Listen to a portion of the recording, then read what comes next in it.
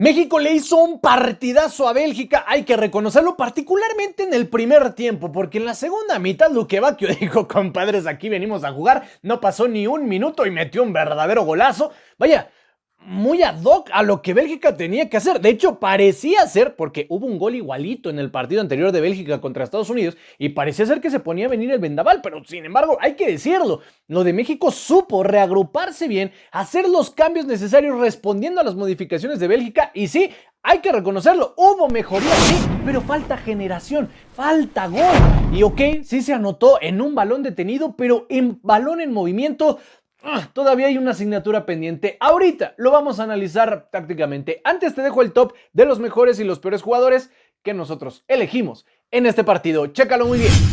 Vamos con lo mejor, en donde ponemos a Eric Lira, Axel Witsel y Julián Quiñones, 2 de México, 1 de Bélgica.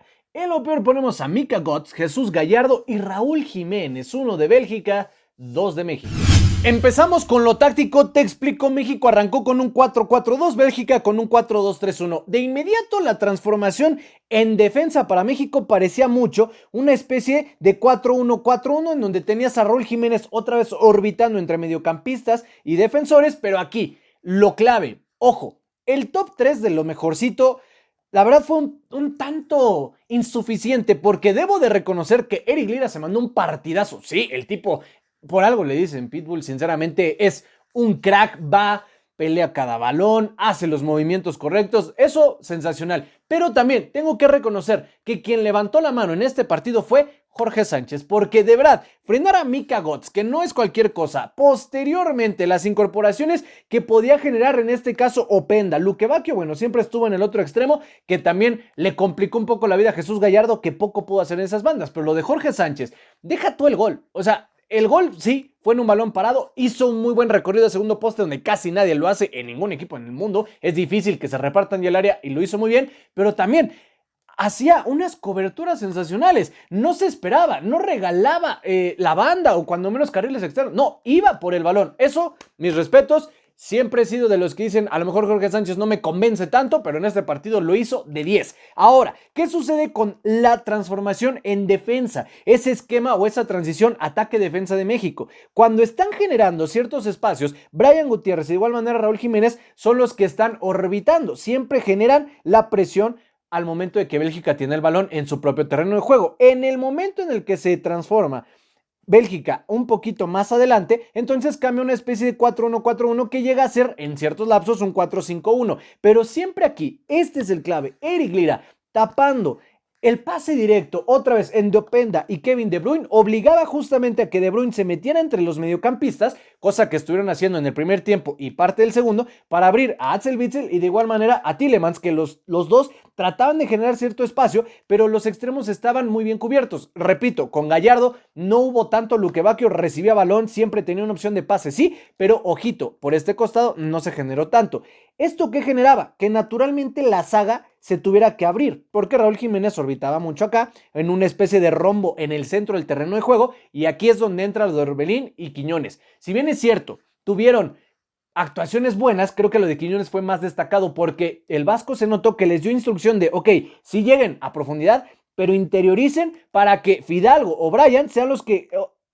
generen un cambio, como una especie de doble pivote en donde ellos interiorizan, los otros abren, se genera una especie de desorden en zona defensiva y por eso justamente veíamos tanta triangulación, en donde creo que el más flojito en el ataque fue Raúl Jiménez por dos cosas. Una, estaba muy aislado entre los dos centrales. Dos, cuando recibía el balón se quedaba 1 o 2 segunditos de más con el mismo y terminaba perdiéndolo al momento de cederlo ya tarde.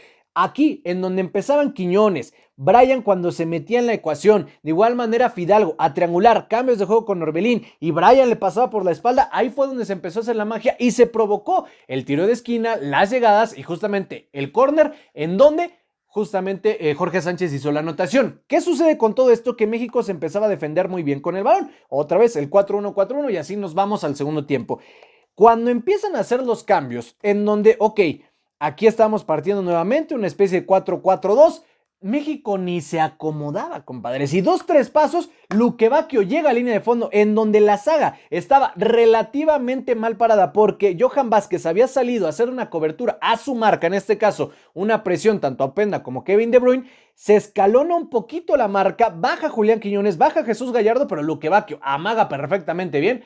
Hace un golazo. Ahí sí no hay nada que decir. Y miren que el Tala se veía seguro, jugaba bien y todo eso, pero ese gol nadie llega, compadre. O sea, de verdad, nadie llega. Pegó en la red lateral. Una cosa extraordinaria en el segundo 48 del segundo tiempo. O sea, una barbaridad. Ahora, ¿qué sucede? Que, ok, entre comillas, yo lo pensé, Bélgica se podía ir otra vez hacia adelante, se veían venir varios cambios, sí, pero hay que reconocer algo importantísimo. Lo que estuvo haciendo México para defender la ventaja fue sensacional. Nunca abandonaron la idea de convertir el esquema en un 4-1-4-1 y cuando sea necesario un 4-5-1. Bélgica, entre comillas, tenía más el balón porque México retrocedió, eso hay que decirlo. Un primer tiempo muy bueno de México en donde hubo triangulaciones y en la segunda mitad más o menos trataban de generar lo mismo, pero se vinieron un montón de cambios en donde Bélgica fue el primero. Hicieron 5 cambios en donde, ojo, entró Jeremy Doku. Aquí evidentemente Jorge Sánchez sí trataba de hacer lo propio. En los primeros minutos antes de que México hiciera los cambios, Bélgica generaba más amplitud, México cerraba líneas en zona defensiva particularmente y el medio campo lo aperturaba para entre comillas regalar y orientar al atacante siempre a buscar la línea de fondo. Esto que generaba que cerrabas el pase para atrás y de igual manera escalonabas la marca. Si te diste cuenta, los laterales de Bélgica sí subían, pero había demasiada amplitud. Después, cuando metieron a la Hormiga González, entró Israel Reyes, que cracks, hay que ponernos de pie. Israel Reyes anuló por completo a Jeremy Doku. En verdad, partidazo.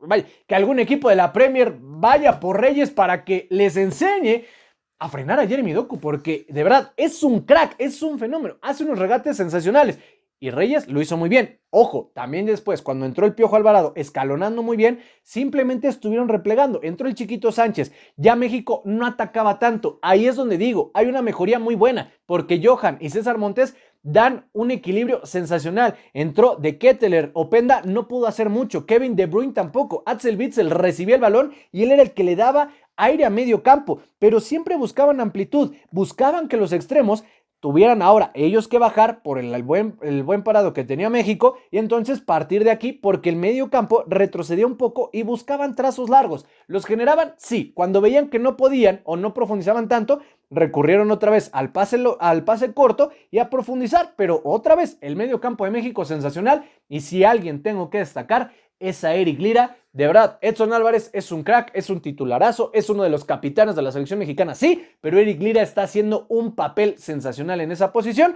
y me dio gusto que cuando menos hubo triangulaciones interesantes, a la Hormiga no le dieron ni muchos minutos ni muchos balones, entonces cosas que mejorar, particularmente en la generación de juego. Es lo que nosotros vimos en este partido. Si tú deseas agregar algo más a este análisis, opiniones y conclusiones, déjalas en la cajita de comentarios.